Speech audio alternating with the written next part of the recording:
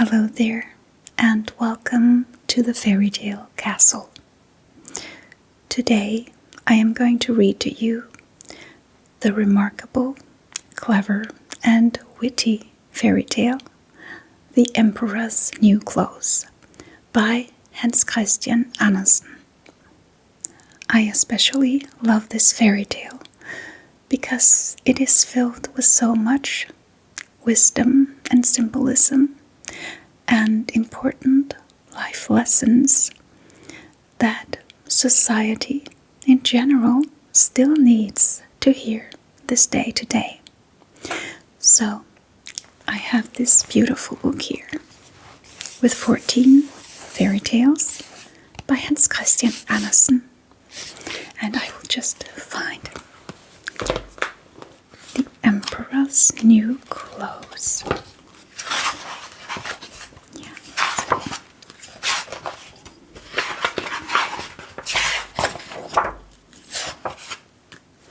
Yes.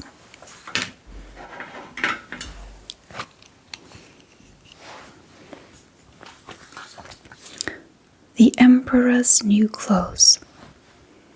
Many years ago, there was an emperor so exceedingly fond of new clothes that he spent all his money on being well dressed. He cared nothing about reviewing his soldiers, going to the theater, or going for a ride in his carriage, except to show off his new clothes. He had a coat for every hour of the day, and instead of saying, as one might about any other ruler, "The kings in council," here they always said, "The emperor's in his dressing room." In the great city where he lived, life was always gay. Every day many strangers came to town, and among them one day came 2 swindlers. They let it be known they were weavers, and they said they could weave the most magnificent fabrics imaginable.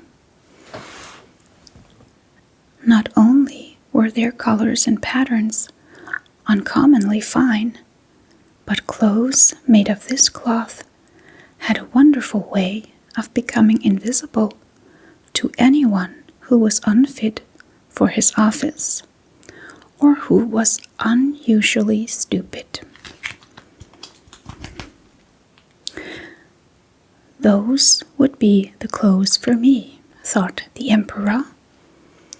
If I wore them, I would be able to discover which men in my empire are unfit for their posts, and I could tell the wise men from the fools.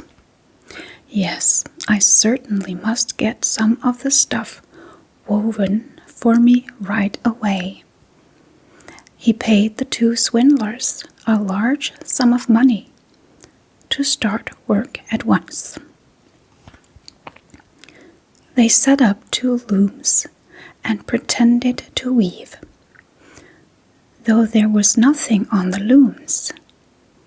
All the finest silk and the purest old thread, which they demanded, went into their traveling bags, while they worked the empty looms far into the night.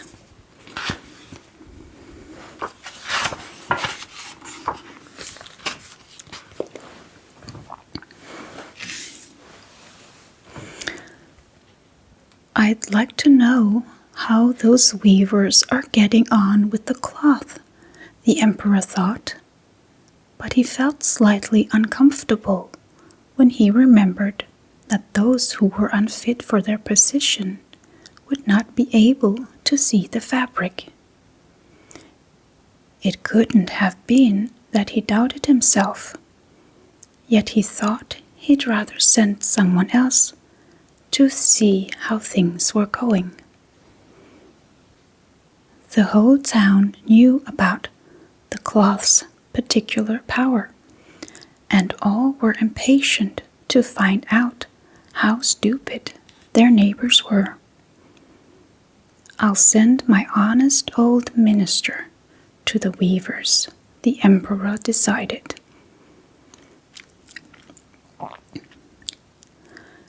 "He'll be the best one to tell me how the material looks, for he's a sensible man, and no one does his duty better." So the honest old minister went to the room where the two swindlers sat, working away at their empty looms. "Heaven help me," he thought, as his eyes flew wide open. "I can't see anything at all." But he did not say so. Both the swindlers begged him to be so kind as to come near to approve the excellent pattern, the beautiful colors. They pointed to the empty looms, and the poor old minister stared as hard as he dared. He couldn't see anything, because there was nothing to see. "Heaven have mercy," he thought. "Can it be that I'm a fool? I'd have never guessed it, and not a soul must know. Am I unfit to be the minister? It would never do to let that I can't see the cloth."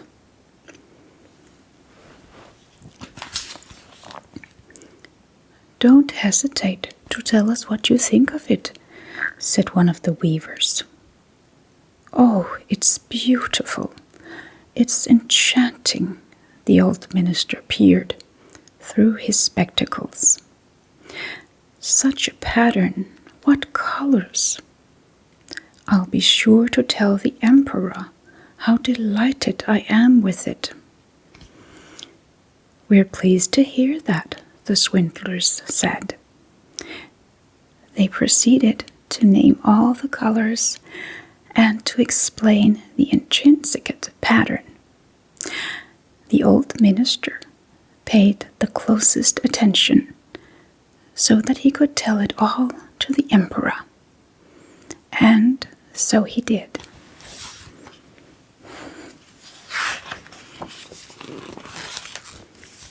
And there's a beautiful painting here of the emperor's castle.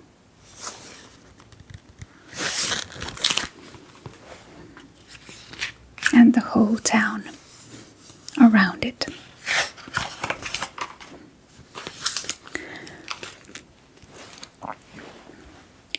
The swindlers at once asked for more money, more silk, and gold thread to get on with the weaving.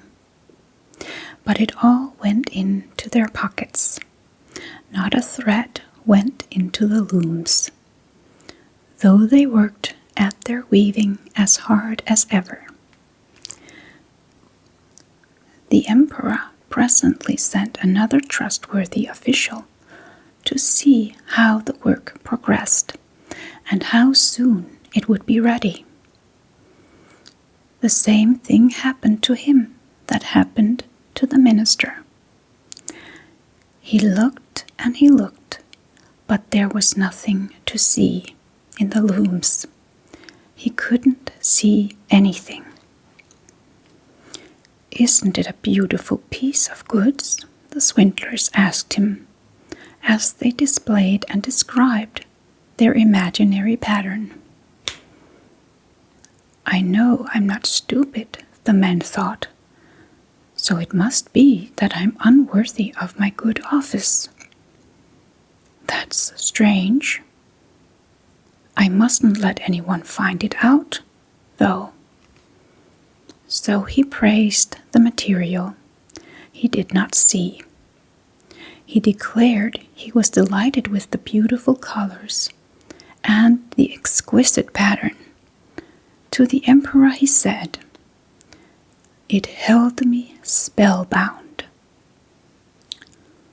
All the town was talking of this splendid cloth, and the emperor wanted to see it for himself while it was still in the looms.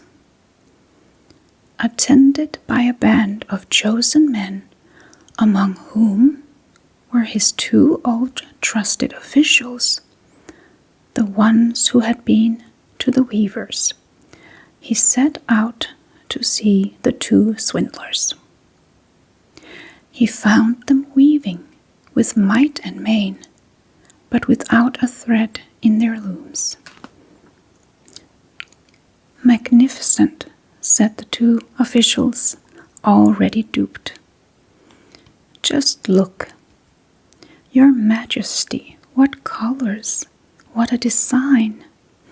They pointed to the empty looms, each supposing that the others could see the stuff.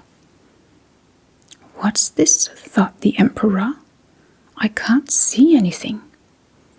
This is terrible. Am I a fool? Am I unfit to be the emperor? What a thing to happen to me, of all people." "Oh, it's very pretty," he said. "It has my highest approval." And he nodded approbation at the empty loom. Nothing could make him say that he couldn't see anything. His whole retinue stared and stared. One saw no more than another, but they all joined the emperor in exclaiming, "Oh, it's very pretty." And they advised him to wear clothes made of this wonderful cloth, especially for the great procession he was soon to lead. Magnificent, excellent, unsurpassed were bandied from mouth to mouth, and everyone did his best to seem well pleased. The emperor gave each of the swindlers a cross to wear in his buttonhole, and the title of Sir Weaver. Before the procession, the swindlers sat up all night and burned more than 16 candles to show how busy they were, finishing the emperor's new clothes. They pretended to take the cloth off the loom. They made cuts in the air with huge scissors, and at last they said, "Now the emperor's new clothes are ready for him."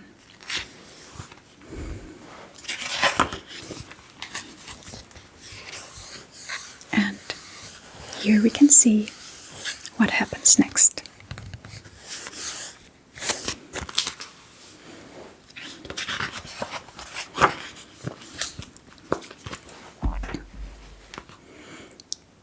Then the emperor himself came with his noblest noblemen, and the swindlers each raised an arm as if they were holding something.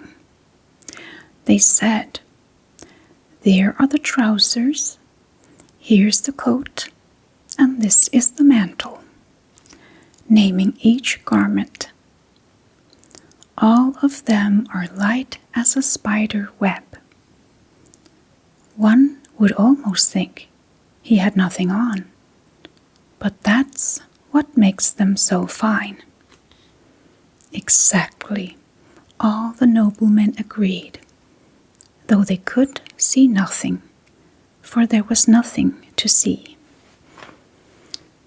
"If your Imperial Majesty will condescend to take your clothes off," said the swindlers, "we will help you on with your new ones, here in front of the long mirror."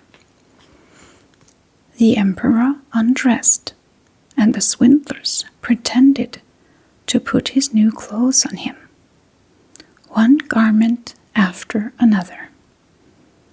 They took him around the waist and seemed to be fastening something.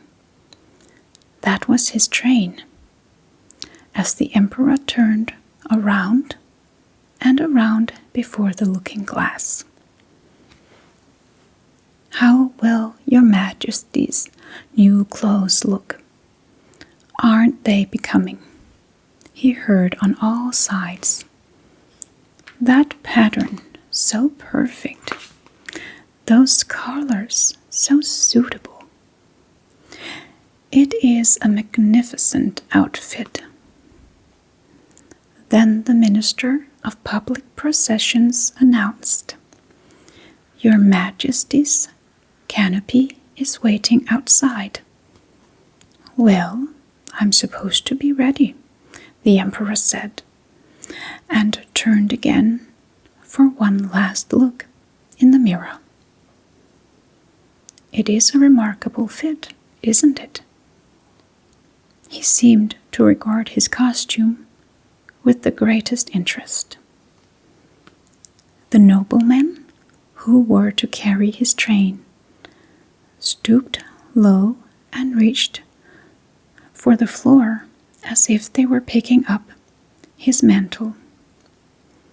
Then they pretended to lift and hold it high. They didn't dare admit they had nothing to hold. So off went the emperor in procession under his splendid canopy. Everyone in the street and the windows said, "Oh, how fine are the emperor's new clothes. Don't they fit him to perfection? And see his long train."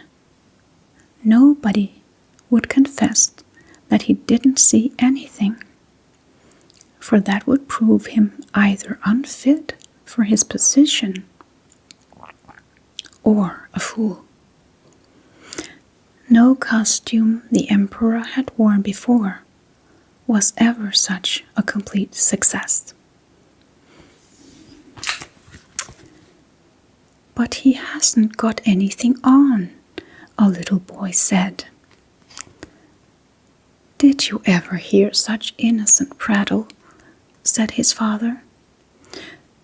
And one person whispered to another what the child had said. "He hasn't anything on." "A child says he hasn't anything on."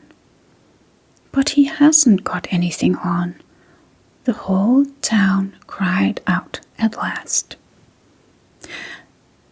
The emperor shivered, for he suspected they were right. But he thought his procession has got to go on. So he walked more proudly than ever, as his noblemen held high the train that wasn't there at all.